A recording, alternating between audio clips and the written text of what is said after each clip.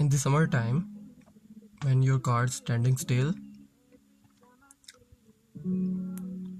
it is very warm in here, and when you want to open the door,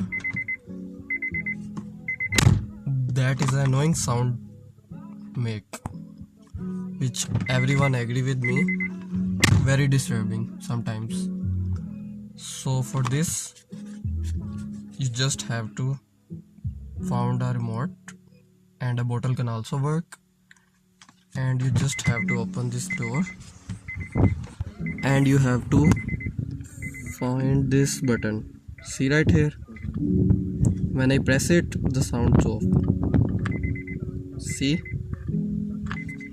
now all you have to do is place this remote here and then close the door gently.